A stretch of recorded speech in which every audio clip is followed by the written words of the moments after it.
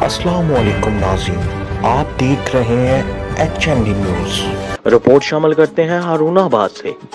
जारी नुमाइंदगान गुलाम मोहिउद्दीन की रिपोर्ट के मुताबिक हारूनाबाद में थाना सिटी पुलिस हारूनाबाद की बड़ी कार्रवाई।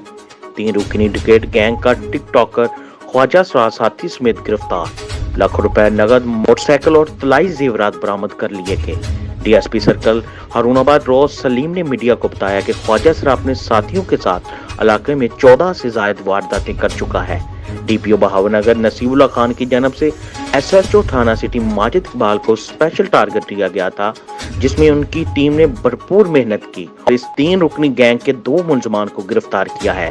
गिरफ्तार होने वाले दोनों मुलजमान के कब्जे से मोटरसाइकिल 8.5 लाख रुपए नकदी और तलाई जेवरात और नाजायज असला बरामद कर लिया गया है।